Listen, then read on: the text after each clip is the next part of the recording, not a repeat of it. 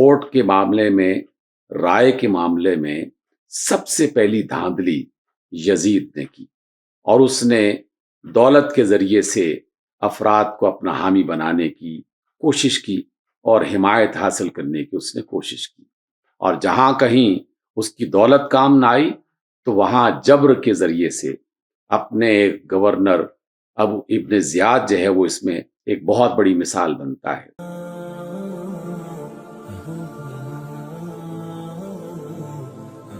بسم اللہ الرحمن الرحیم۔ ایک زمانے سے یہ بحث جاری ہے اور اب بھی مختلف موقعوں پر اسے تازہ کر دیا جاتا ہے کہ معاشرے میں تبدیلی بلٹ کے ذریعے سے آ سکتی ہے یا بیلٹ کے ذریعے سے۔ اگر تو معاملہ مسلمانوں اور کفار کے درمیان میں ہو تو قوت کے استعمال کے بارے میں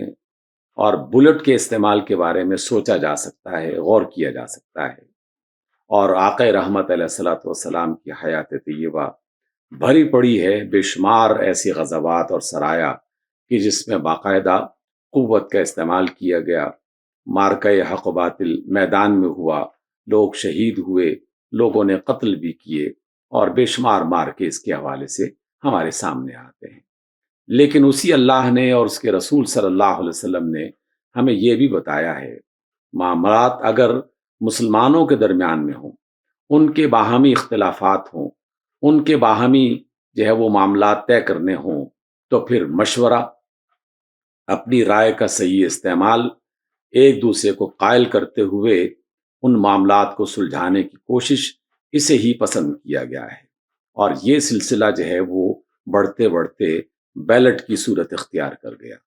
مشورہ کیا ہوتا ہے؟ مشورہ کسی کی رائے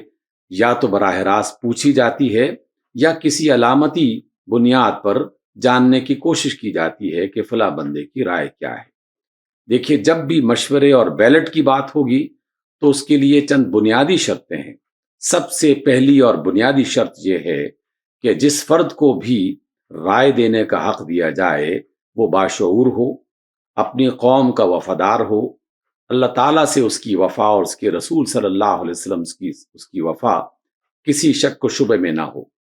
اور وہ معاملات کو جانتا بھی ہو، اور وہ پوری آزادی کے ساتھ بغیر کسی جبر اور اکراہ کے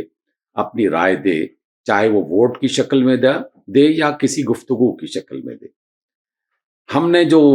مسلمانوں کی تاریخ میں پڑھا تو اس پر بے شمار لوگ متفق ہیں، بہت ہی محدود تعداد ایسی ہو سکتی ہے جو اس سے کچھ اختلاف کرے کہ ووٹ کے معاملے میں، رائے کے معاملے میں سب سے پہلی دھاندلی یزید نے کی، اور اس نے دولت کے ذریعے سے افراد کو اپنا حامی بنانے کی کوشش کی اور حمایت حاصل کرنے کی اس نے کوشش کی، اور جہاں کہیں اس کی دولت کام نہ آئی تو وہاں جبر کے ذریعے سے اپنے گورنر ابو ابن زیاد جو ہے وہ اس میں ایک بہت بڑی مثال بنتا ہے۔ اس لیے دو چیزیں جہاں بھی داخل ہوں گی تو وہاں آپ اپنی رائے صحیح طور پر نہ دے سکیں گے اور نہ ہی اس کے نتائج اچھے آ سکیں گے۔ لالچ کے ذریعے سے، مال و دولت کے ذریعے سے لوگوں کی رائے خریدنا، ان کے ضمیر کو سلا دینا، یہ بھی روش ابن زیاد اور یزید کے دور کی ہے، اور بے شمار موقعوں پر اس کا استعمال ہوتا رہا اور آج بھی ہو رہا ہے۔ اور جبر کے ذریعے سے لوگوں کو اس بات پر مجبور کر دینا کہ وہ اپنی صحیح رائے چھوڑ دیں اور وہ بس سرنڈر کر لیں، تو یہ بھی ابن زیاد کا راستہ ہے۔ آج کے دور میں بھی جو لوگ ابن زیاد کے راستے پر چل رہے ہیں یقیناً وہ قابل مذمت ہیں، اور جو لوگ یزید کے راستے پر چل رہے ہیں وہ بھی قابل مذمت ہیں۔ اس اعتبار سے میں ان تمام افراد کو مبارکباد دینا چاہتا ہوں جنہوں نے اپنے ضمیر کی آواز سنی، سچائی کو جانا، حقیقت کو پہچاننے کے بعد پوری آزادی کے ساتھ اور پورے اعتماد اور اطمینان کے ساتھ اس نے اپنے ووٹ کا استعمال کیا۔ ووٹ کے استعمال کرنے کے بعد اگر اس کا نمائندہ یا اس کی پسندیدہ شخصیت کامیاب ہو گئی تو اسے دوہری مبارک ہے کہ اس نے اپنے ووٹ کا صحیح استعمال بھی کیا، اور جسے اس نے اپنا ووٹ دیا وہ کامیاب بھی ہو گیا۔ لیکن اگر کوئی ایسا فرد ہے جس نے پوری دیانت کے ساتھ پوری سچائی کے ساتھ اپنے ووٹ کا استعمال کیا،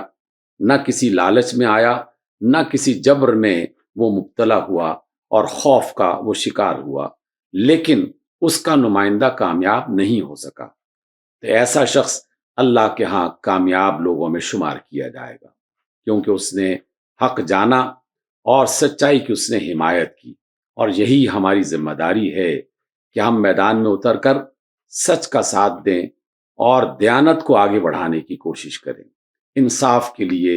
عدل کے لیے جو بھی کوشش ہو سکتی ہے ہم اس کے ساتھی بنیں۔ تمام انبیاء کا مقصد یہی رہا ہے اور ہمارا بھی یہی ہونا چاہیے۔ اگر ہم زندگی میں حق کا اور امانت کا اور دیانت کا ساتھ دیتے رہیں تو یقین جانیے دنیا میں بھی معاشرہ بہتر ہو جائے گا، ہمارے حالات بہتر ہونے کے امکانات بڑھ جائیں گے، اور آخرت میں تو اللہ تعالیٰ کے ہاں یقیناً کامیابی میسر آئے گی۔